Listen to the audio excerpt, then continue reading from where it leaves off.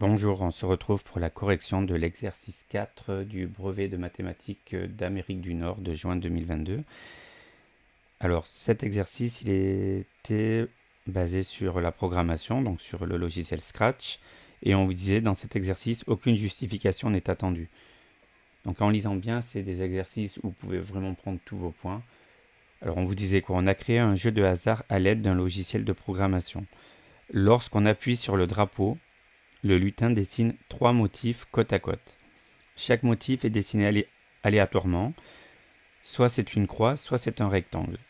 Le joueur gagne si l'affichage obtenu comporte 3 motifs identiques, et on vous dit au lancement du programme, le lutin est orienté horizontalement vers la droite. Donc on verra que cette information est importante.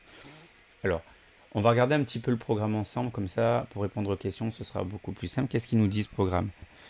Alors, on lance le programme en cliquant sur le drapeau, effacer tout, ça nettoie un petit peu tout ce qui était à l'écran. Notre lutin, si jamais c'était demandé, il se positionne en moins 110, 0. D'accord? Et on va répéter 3 fois quoi? Alors, si nombre aléatoire entre 1 et 2, donc on va générer un nombre aléatoire entre 1 et 2. Si ce nombre, il est égal à 1, alors croix. Croix, croix c'est un bloc.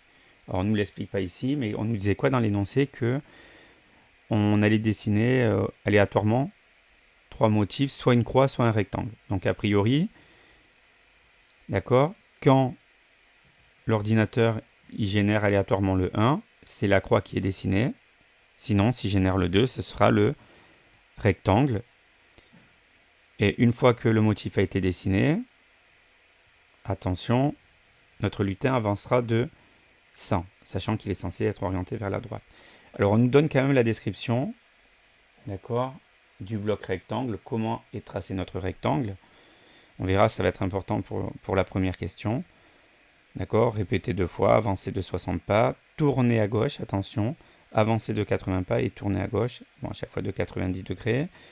Et on voit qu'à chaque fois, on relève bien le stylo à la fin de la construction. Je pense que ça doit être le même cas pour le bloc croix, même si c'est pas donné. On vous rappelle à quoi sert le bloc nombre aléatoire. Alors là, on vous donne l'exemple avec entre 1 et 4. Hein. Si on veut générer aléatoirement un nombre parmi 1, 2, 3 et 4. Donc nous ici on avait entre 1 et 2. Pour cette première question, on nous demandait en prenant pour échelle 1 cm pour 20 pas, représenter le motif obtenu par le bloc rectangle. Alors on voit que le bloc rectangle, on nous dit d'avancer de 60 pas, de tourner à 90 et d'avancer de 80 pas, de nouveau tourner à 90 et de recommencer. Donc les dimensions de ce rectangle, c'est 60 pas pour 80 pas. Et on nous dit que 20 pas, ça correspond à 1 cm. Donc 60 pas, c'est 3 fois 20. D'accord, donc ça fera 3 fois 1 cm. Et 80 pas, c'est 4 fois 20. Donc ça correspondra à 4 cm. On va bien faire attention aux indications qui étaient données au départ, qui nous disaient que le lutin est orienté horizontalement vers la droite. Lorsque je vais tracer, alors moi je vous conseille toujours vous tracer au crayon gris, c'est mieux. Donc le premier segment de 60 pas, c'est-à-dire de 3 cm, vous le faites bien à l'horizontale, puisque c'est comme ça qu'est orienté le lutin au départ. D'accord? Ensuite, vous faites le deuxième côté qui mesure à combien? On a dit 4 cm.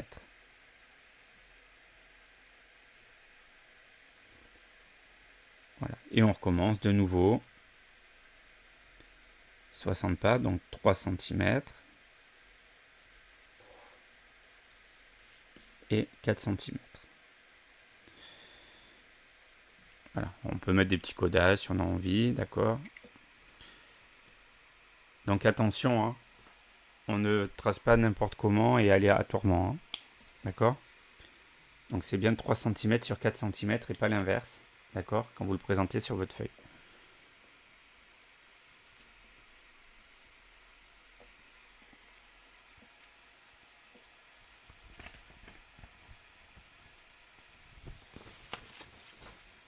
À la question 2, on vous donnait un exemple d'affichage obtenu en exécutant le programme principal. Donc on rappelle que le programme, il doit générer aléatoirement 3 motifs. Donc à chaque fois, soit une croix, soit un rectangle. D'accord? Donc là, par exemple, on nous a mis... Pour la première boucle, on a obtenu une croix et ensuite on a obtenu 2 rectangles. Et on vous demandait comme question, quelle est la distance D entre les 2 rectangles sur l'affichage exprimé en pas? Très simplement, pour répondre à cette question et trouver la distance D entre 2 rectangles, alors on se souvient ici que la largeur de ce rectangle, hein, c'était combien? C'était 60 pas. Ok. Et dans le programme, tout à l'heure quand on l'a lu, on a bien dit attention, à chaque fois entre chaque motif, qu'est-ce qui se passera? À la fin de la boucle, on demande au lutin d'avancer de 100. Donc ici, on a fait un tour complet, on a tracé le rectangle, on est ici. Votre lutin, il va faire quoi? Il va avancer de 100. Alors, sachant que d'ici à ici, déjà, il y a 60 pas, il va nous rester combien? D, c'est égal à 100 pas moins 60 pas. Et ça nous fait 40 pas. Voilà pour la question 2. Alors, la question 3, elle est intéressante. On vous demandait quelle est la probabilité que le premier motif dessiné par le lutin soit une croix. Alors, on a vu que à chaque tour, on avait le choix soit d'obtenir une croix, soit d'obtenir un rectangle. D'accord? Et ça, on l'obtenait de façon complètement aléatoire. Donc, a priori, il n'y a pas plus de chances d'obtenir une croix qu'un rectangle, puisqu'on a le choix qu'entre 1 et 2. D'accord? Soit on a 1, ça donne une croix, soit on obtient 2 et on obtient le rectangle.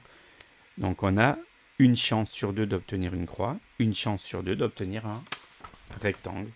Donc, quelle est la probabilité que le premier motif soit une croix?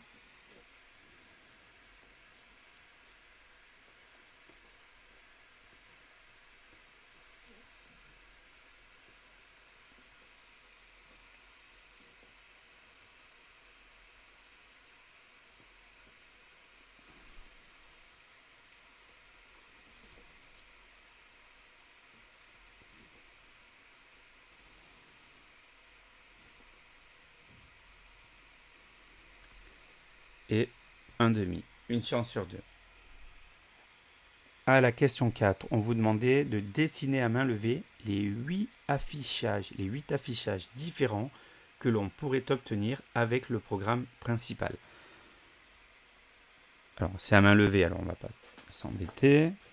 On va commencer par les 2 cas les plus simples. Soit j'obtiens 3 croix, soit j'obtiens 3 rectangles. Ensuite, qu'est-ce qu'on pourrait avoir? On pourrait avoir 2 croix et un rectangle à la fin, ou une croix, un rectangle et une croix, ou un rectangle et 2 croix. Donc là, on a fait tous les cas avec 2 croix et un seul rectangle. Maintenant, qu'est-ce qu'on peut faire? On va faire tous les cas avec une seule croix et 2 rectangles. Donc je peux avoir quoi? Une croix et 2 rectangles. Ça, c'est l'exemple qui était donné.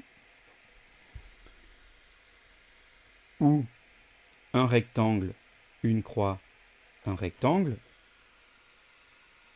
Ou 2 rectangles et une croix. Donc là, on a bien tous les cas possibles.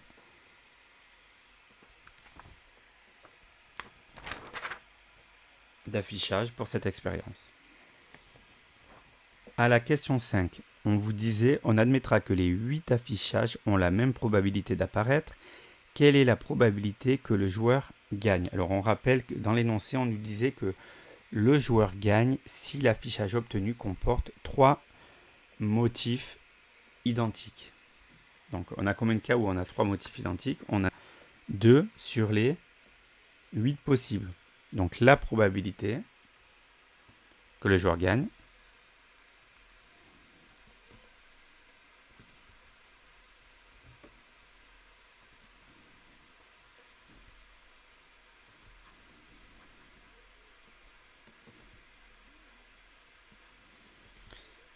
est de 2 sur 8, qu'on peut aussi simplifier en 1 quart ou 0,25.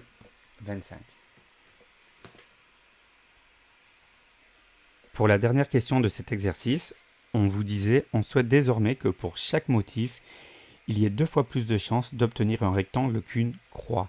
Pour cela, il faut modifier l'instruction dans la ligne 5. Et on vous disait sur la copie, recopier l'instruction suivante en complétant les cases. Et comment vous pouvez la modifier pour qu'on ait 2 fois plus de chances d'obtenir un rectangle qu'une croix? En fait, ça va être assez simple. D'accord? Il faudrait qu'au lieu d'avoir 2 nombres qui sont générés, on en ait 3. On va garder le égal à 1. Ici, on va dire si nombre aléatoire entre 1 et 3 égale à 1. Donc sur les 3 situations, il n'y a que le 1 qui me permettra d'avoir la croix. Et si j'ai 2 et 3, ça me permettra d'avoir un rectangle. Donc j'aurai 2 fois plus de chances d'obtenir un rectangle qu'une croix. Donc il va falloir simplement écrire ça sur sa copie.